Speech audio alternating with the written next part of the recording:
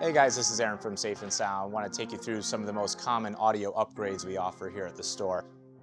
Starting off with the aftermarket radios that we provide to you here from Kenwood. Doing a radio, you get a lot more technology upgrade in your vehicle, Apple CarPlay, Android Auto.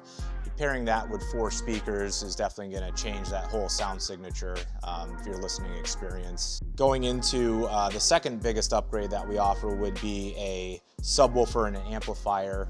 The subwoofer's low frequency response can certainly fill in that void in the sound that you're experiencing.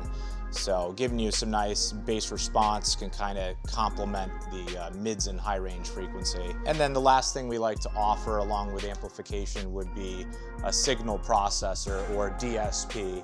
The DSP is going to help shape that sound at a finer level. So we hook up a laptop and we can actually do some active in-car tuning. Commonly, DSPs are used in conjunction with an amplifier and aftermarket speakers.